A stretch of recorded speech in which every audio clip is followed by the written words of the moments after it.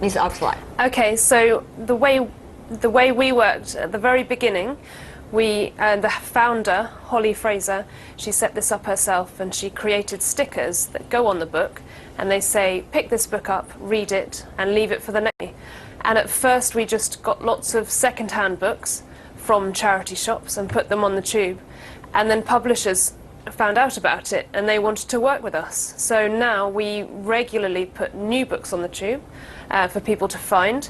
So often we'll launch a brand new book on the tube for a big marketing campaign for the publisher. But also we give people stickers for free to put on their own books and leave for someone else to find as well. Do you think, Mr. Moser, this is likely to arouse people's enthusiasm in reading? Or are people just going to look for hidden books and that's it? I think you better warn the subway people, the professionals there. What is this? Throw them away. But I think, yeah, it can arise a lot of curiosity. A lot of people are in a different mindset. You know, they're looking at their cell phone and everything. If there's a book there, actually, I think a lot of people might actually find it kind of interesting to pick up a paper book and actually read it. So I'm not sure in the long run what we'll do, but I think in the short term, some people might actually read something they would never normally read. I think that's a great question, Ms. Oxley, which is this out of curiosity? Do you think people are going to pick up the book and read a little bit? As long as the campaigns goes on, people are going to lose the interest. Or this is likely to help us re-establish our habit of reading a book during the commute. Well, funnily enough, we get a lot of people responding for the excitement of finding something. So that's exciting, to find a brand new book. And that's great, and they share that on social media. But then they also often join a book club near them, or they start reading something else, or they ask for stickers from us to share their own books. So we really have seen the community grow and grow here, and I really hope that that can happen in other countries as well. You see the community grow, Ms. Oxley. I have to clarify for our viewers, to how big is it? Is it really likely to change the habit of a whole generation which is relying on pretty much short article readings on their mobile phones? Not necessarily. It's not going to be for everyone. So a lot of people walk past the book, they won't pick it up. But for someone sometimes who's having a bad day or who hasn't read a book for a while, they'll find something and they will read it through. And we see those books being put back on the tube a few weeks later when they've been read and enjoyed. Okay. Professor Lee, can you imagine your students or you going on the subway and find some books? What kind of books you would like to find? Well, for me personally, well, I love Christian Andersen's fairy tales. When I was in America, I longed to have one like that, and I asked my friend to bring it back from me from China. And so some autobiographies, non-fiction books are very popular among my students and myself. And yeah, and also maybe some science fictions, you know, happy surprises. Yes, You know. happy surprises, but you know, is it really going to make a much difference in terms of our reading habits and the ways and means as to how we read? Or this is going to be just minor little beautiful decorations in our daily commute that we just find maybe a little bit fun? Well, I think actually when I was coming here on the subway, I tried to find some books. I didn't find any, and I was a little disappointed. But I think I can totally imagine, you know, maybe on another subway, and maybe when it's not so crowded, and I can find certain books. And I think for me, I will feel very warm, you know, in my heart that, okay, somebody who probably cherishes similar interest and put something like hidden treasure for me to pick up. And it inspires me.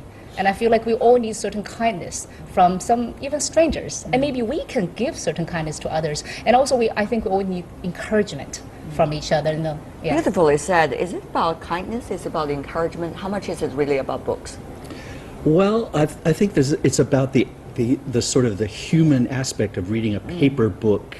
And if it were me, if I already knew about this, it would be a nice surprise to find a book. And for me, the way I would like to do it is, this is my book to take, read. I could even take it home, make notes in it. But the obligation is when I finish reading it, I've got to take it back to the subway and put it so that someone else can use it. I love that idea. And if that were the premise, I would do it. I would in fact probably read a book I would never not I would normally not read in order to have that interesting pleasure of doing that and sharing it with someone else. But you know, just the way the two of you describe it already make me to think, how much of this is about we, the generations already of today, missing the fact that we used to at least read a paper book. It's almost like finding a hidden treasure a few thousand years ago. So let me go to Ms. Oxley. Is it really worthwhile, besides having some fun, that we still thinking about reading a paper book? I mean, our reading habits have totally changed today. Yes, they have. But what I find, and you're talking about young generations and maybe generations who are nostalgic, but we do a lot of young adult fiction as well that's picked up by young students. And we get comments on social media like, I would never have chosen this book myself, but I've read it and enjoyed it and I've given it to a friend or I've put it back. And I don't think it's about changing how everyone acts. I don't think it's about making everyone read. But for some people, it really lightens up their day, and it means they'll read something they would never have chosen themselves, and they might discover a whole new genre. Miss Lee, though, Yes. I understand in the London too, but maybe the signals for Wi-Fi is not that good. But in Chinese subways, it works perfectly. Right. Which means that people have a lot of varieties to choose from. So, really? Is it really going to be making a difference? Yeah, and I think we do have to be realistic. You know, subways in Beijing are very crowded, and even at 9:30 in evening time, you know, it's very crowded, and surprising to myself too. But I think when people actually have a choice, when they actually see some hidden treasure like books, and they will pick it up, at least for some of them. And I think we do want to give them this choice. This is not just hidden books. It's actually in Beijing and in Chinese cities. They want to make it even bigger campaigns, so-called Mo books. They want to have this developed into a total book sharing system within the city or even beyond the cities. David, would you like that? Yeah, I mean, usually these kinds of things are not developed from a top-down approach, like a publisher. Usually it's like a fad, it's like a movement. People find it's cool. But I think this particular one, I'll give you an example. My daughter is 18 years old. I bought her a Kindle because I said, here, you can read lots of books. And in a couple weeks, she gave it back to me. And she said, I like to have a book that's made of paper. It has my fingerprints on it. It has my coffee stains on it. And after a few weeks, it's my book. It has my smell. It has my. How much does that have to do with? Is this your daughter? That's good. That's a good question. I agree with you, but I think that there are certain people like that, even at that age. I think this could be, and it could be a niche, not the majority, but certain people will be very attracted to the touch and feel of a book. I think so. But does that make a difference? I mean, Professor Lee, whether people like a concrete book or not. I mean, as long as they read, they're going to be enriched. As long as they read, they can go beyond their own ways of thinking. Does the paper book really make that much difference? Or are we too nostalgic of the so-called good old days?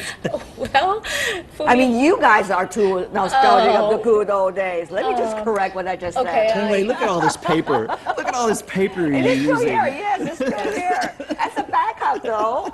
Yes, you're probably right. But I think, you know, I love this idea of sharing a book with someone. You know, as an author, when I read from my readers that how they enjoy the book and then they pass it on to someone else, I feel greatly encouraged. And also when you write something on a book, and you know, I have some personal touch, and then somebody who we probably will never meet in this lifetime, we see my handwriting and see, oh, there's another soul on the earth who happens to write this book and like this book, and I think this beautiful connection among human beings. Beautiful connection, yes, indeed. But we have seen enormous amount of examples in Chinese cities over the past few years. You know, libraries, moving libraries established for all kinds of social groups. It could be for migrant workers, it could be for students, it could be for, you know, professionals who are on and off from work, but none of them eventually become successful, become a movement, become something sustainable. What does that say, David? It With your says, coffee stain. yeah, well, it says we've lost something here. I mean, you gain something with the digital technology, which is universal access and cheapness, but you lose something, which is that human. Look, Tianwei, your Chinese invented paper. Don't you think it's a sad thing that paper is becoming a thing of the past? I mean, books in China were a very precious commodity, and now it's like, who cares? You don't think so? But people could find it elsewhere. So let me come back to Miss Oxley. Miss Oxley, what do you think? I mean, the efforts that we put in so much on this movement is fun. I mean, to begin with, it's certainly fun. Let's do that, no problem. But can we also, with the same amount of effort, for something else? I mean, for promoting reading in your cities. It does not necessarily have to be in a paper book, but same amount of efforts devoted to promoting reading. Whether they do it from a mobile phone, whether they do it from Kindle, whether they do it from a paper book, that's fine. So are we concentrating too much on the idea of a paper book? Or should we put on the same amount of effort on something else also related to reading? Ms. Oxley. Well, a lot of our discussions are about reading in general, so we'll encourage anyone to read in any format that they prefer. I can understand why people use Kindles or their phones because it's convenient. And we have those conversations at book clubs where people have read it on different devices. The only thing is you can't leave a Kindle on the seat next to you for someone to find. So the best way of us for doing our movement is through paper books. But absolutely not. Anyone can read through any format that they like. Which brings us really the question of the future of books. The future of books as a way of communicating between people. How long can it really last, Professor Lee? Wow. I certainly hope that can last forever. I feel like that's something very deep from a human heart, something that's in the book.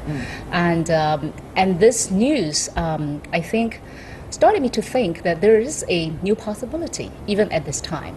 And I think books are just books, but what's in the books is more important. So I don't really care what format it is in, but if this beautiful truth is really communicated, I think that's so much better than anything else. When it becomes a social movement, that's always a beautiful thing, isn't it, David? Absolutely, absolutely.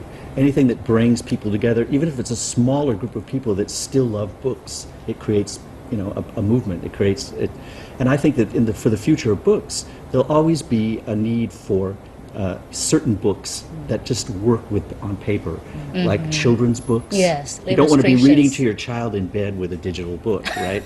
So there'll be always a need for paper books. All right.